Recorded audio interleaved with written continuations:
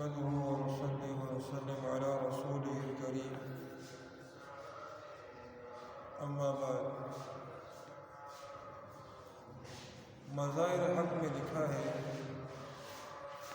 کہ کسب یعنی کمانا فرض بھی ہے اور مستحب بھی، اسی طرح مباح بھی ہے اور حرام بھی. چنانچہ اتنا کمانا فرض ہے کہ جو کمانے والے اور اس کے اہل و عیال کی معاشی ضروریات کے لیے، اور اگر اس کے ذمے قرض ہو تو اس کی ادائیگی کے لیے کافی ہو جائے. اس سے زیادہ کمانا مستحب ہے، بشرطے کہ اس نیت کے ساتھ زیادہ کمائے کہ اپنے اور اپنے اہل و عیال کی ضرورت سے جو کچھ بچے گا وہ فقراء و مساکین اور اپنے دوسرے مستحق اقرباء پر خرچ کروں گا. اس طرح ضرورت زندگی سے زیادہ کمانا اس صورت میں مباح ہے جبکہ نیت اپنی شان و شوکت اور اپنے وقار و تمکنت کی حفاظت ہو. البتہ محض مال و دولت جمع کر کے فخر و تکبر کے اظہار کے لیے زیادہ کمانا حرام ہے، اگرچہ حلال ذرائع ہی سے کیوں نہ کمایا جائے. کمانے والے کے لیے ضروری ہے کہ وہ اپنی کمائی کو اپنی ذات پر اور اپنے اہل و عیال پر اس طرح خرچ کرے کہ نہ تو اسراف میں مبتلا ہو اور نہ بخل و تنگی کرے. جو شخص کمانے اور اپنی روزی خود فراہم کرنے پر قادر ہو اس پر لازم ہے کہ وہ کمائے اور جس طرح بھی ہو سکے حلال ذرائع سے اپنے اور اپنے اہل و عیال کی آبرومندانہ زندگی کے تحفظ کے لیے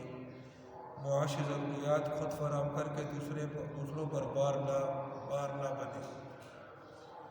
ہاں، جو شخص کسی بھی مجبوری اور عذر کی وجہ سے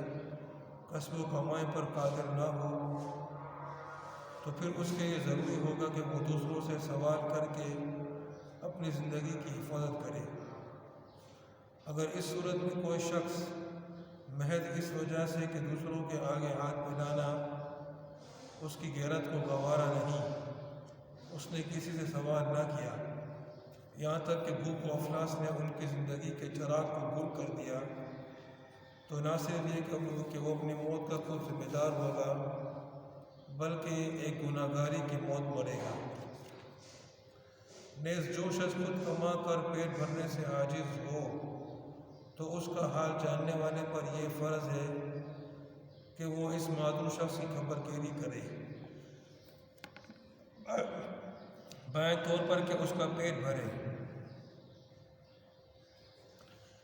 یا وہ خود اس انسانی فریضے کی ادائیگی پر قادر نہ ہو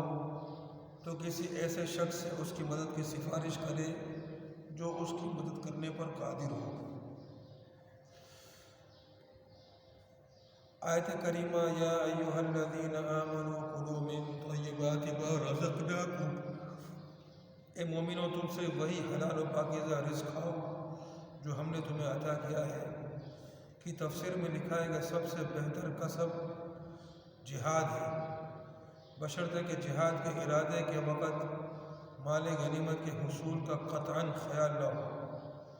بلکہ نیت میں اخلاص ہو. اس کے بعد تجارت کا درجہ ہے، خاص طور پر وہ تجارت جو ایک ملک سے دوسرے ملک میں یا ایک شہر سے دوسرے شہر میں مسلمانوں کی ضروریات خاص کی چیزیں کو لانے لے جانے کا ذریعہ ہو. اس قسم کی تجارت کرنے والا شخص اگر حصول منفعت کے ساتھ ساتھ مسلمانوں کی خدمت کی نیت بھی رکھے تو اس کی تجارت عبادت کی بھی صورت بن جائے گی. تجارت کے بعد زراعت کا درجہ ہے.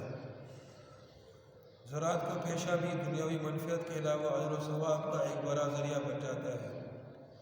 جبکہ اس میں مخلوق خدا یعنی انسانوں اور جانوروں کی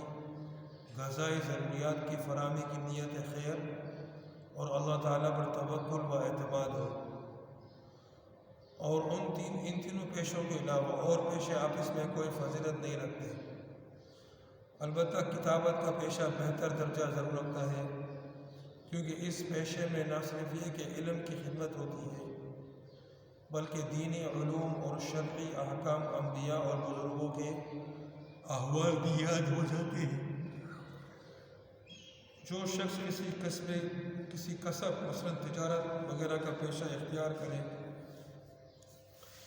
تو اس پر فرض ہے کہ وہ صرف جائز اور حلال مال کمائے، حرام سے کلیتاً اجتناب کرے اور اپنے پیشے و ہنر میں احکام شرعیہ کی رعایت بہر صورت ملحوظ رکھے۔ نیز اپنے پیشے میں تمام تر محنت و جدوجہد کے باوجود صرف اللہ کی ذات پر اعتماد رکھے کہ رزاق کے مطلق صرف اللہ تعالی ہے اور کسب محض ایک ظاہری وسیلے کے درجے کی چیز ہے۔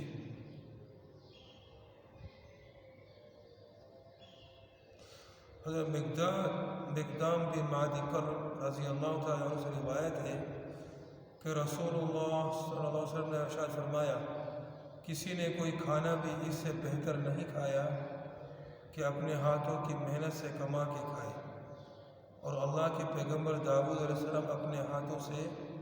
کام کر کے کھاتے تھے۔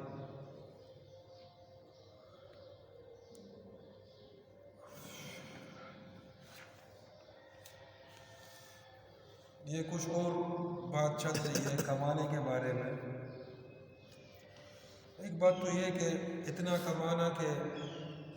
اپنی ضروریات اور اپنے اہل و عیال کی ضروریات پوری ہو جائیں جبکہ کوئی اور ذریعہ بھی نہ ہو، اتنا کمانا فرض ہے۔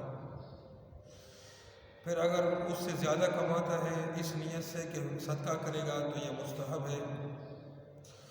اور اگر اس نیت سے زیادہ کماتا ہے کہ ضروریات پوری کر کے اپنے وقار کی حفاظت کرے گا تو یہ مباح ہے۔ مگر اگر اس نیت سے زیادہ کماتا ہے ضروریات سے کہ وہ فخر اور تکبر کرے گا اور جو ہے اچھے کپڑے پہنے گا، اچھی سواری ہوگی، یہ ہوگا، لوگ یعنی اس کی ایک فخر و غرور کی وجہ سے تو پھر جو ہے وہ حرام ہے۔ اسی طرح جب آدمی کمائے اور خرچ کرے تو خرچ کرنے میں میانہ روی اختیار کرے، نہ تو اسراف کرے اور نہ کنجوسی کرے۔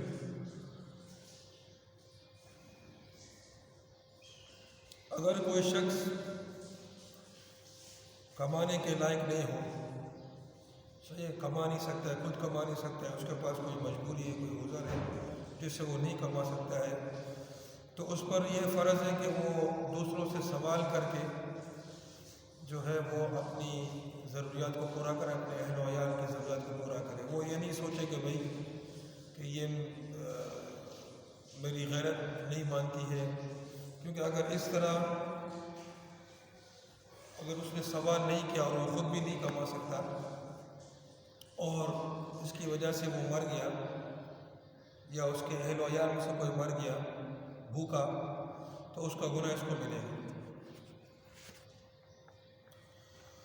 اسی طرح اگر کوئی شخص کسی دوسرے کے بارے میں جانتا ہے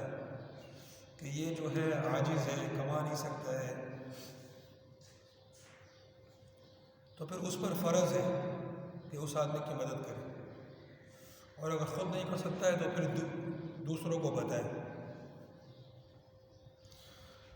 پھر آگے لکھا ہے کہ سب سے بہتر کسب جو ہے وہ جہاد ہے، تو جہاد میں بشرطے کہ جہاد کرتے وقت یہ نیت نہ ہو کہ مال غنیمت کے لیے کر رہے ہیں، نیت جو ہے وہ اللہ کی رضا ہو اور اعلاء کلمت اللہ ہو، اللہ کے کلمے کو بلند کرنے کی نیت ہے۔ اس نیت سے جب جہاد کرے گا تو جو مال غنیمت حاصل ہوگا وہ سب سے بہترین جو ہے وہ کسب ہے، سب سے بہترین جو ہے وہ کسب ہے یعنی کمائی ہے۔ پھر تجارت جب تک کہ بشرطے کہ یہ بالکل ایمانداری سے کی جائے اور دین کے تقاضوں کو بھی اس کے ساتھ پورا کیا جائے۔ زراعت اس کے علاوہ کتابت، اور کتابت جو ہے اگر دین کا علم پھیلانے کا ذریعہ ہو تو پھر تو یہ تجارت سے بھی بہتر ہوگی، تجارت و زراعت دونوں سے آگے ہوگی، کیونکہ کتابت کے ذریعے وہ اللہ کے دین کو پھیلاتے ہیں، قرآن شریف کی کتابت کرتا ہے، دینی کتب کی وہ جو ہے وہ کتابت کرتے ہیں۔